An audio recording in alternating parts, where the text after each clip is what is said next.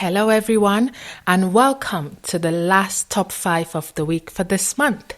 It's been a pleasure sharing with you publications from across the global development space. This week, as always, I am highlighting 5 publications that cover trade, health, the labor market, agro-processing, and of course, COVID-19. So let's go.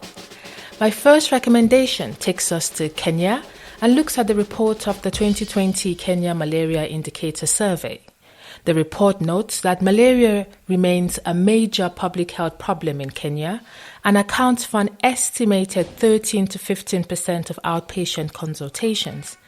It reflects that transmission and infection risk in Kenya are mainly determined by altitude, rainfall patterns, and temperature, leading to considerable variations in malaria prevalence by season and across geographic zones.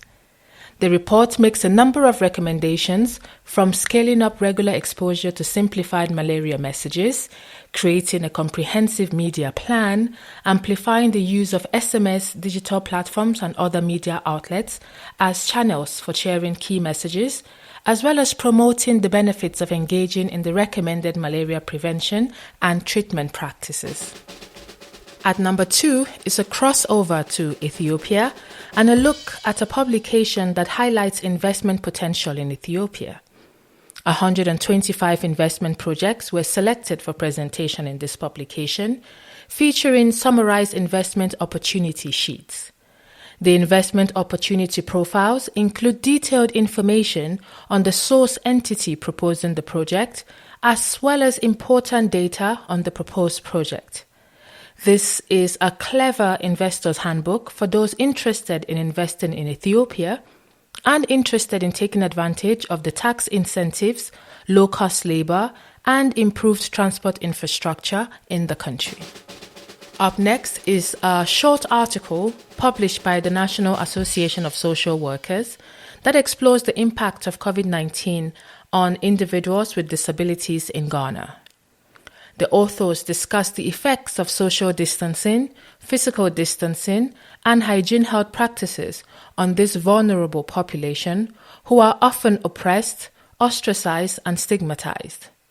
It makes the assertion that government measures implemented to control the spread of the virus and its impact does not make provision for persons with disabilities and other marginalized communities. The report proposes recommendations to ensure that government measures are more inclusive and thoughtful in mitigating challenges faced by the disability community.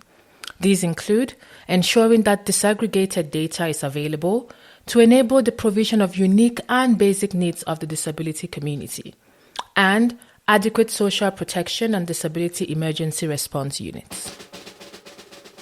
At number 4 is the Future Skills Pilot Report that notes that the need to continually refresh skills and stay relevant for the future of work is top of mind for everyone from Fortune 500 CSOs to store clerks.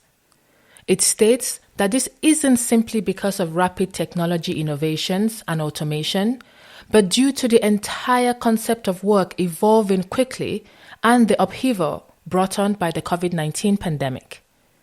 In solving this challenge, the report reveals that it requires an in-depth look into what it takes to upskill at scale, both within and between industries, in order to maintain business resilience as well as people's livelihoods.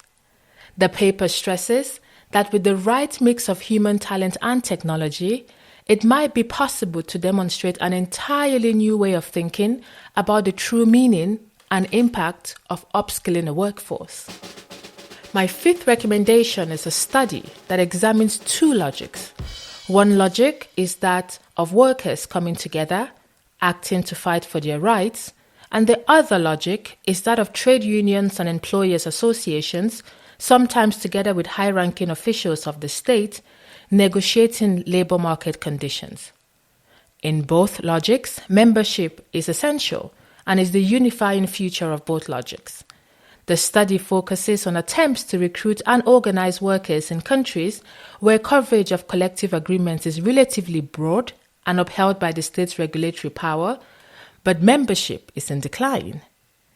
While the problems described in this report are prevalent in all countries with broad coverage, they are more pressing in those countries where coverage and membership are gradually growing apart.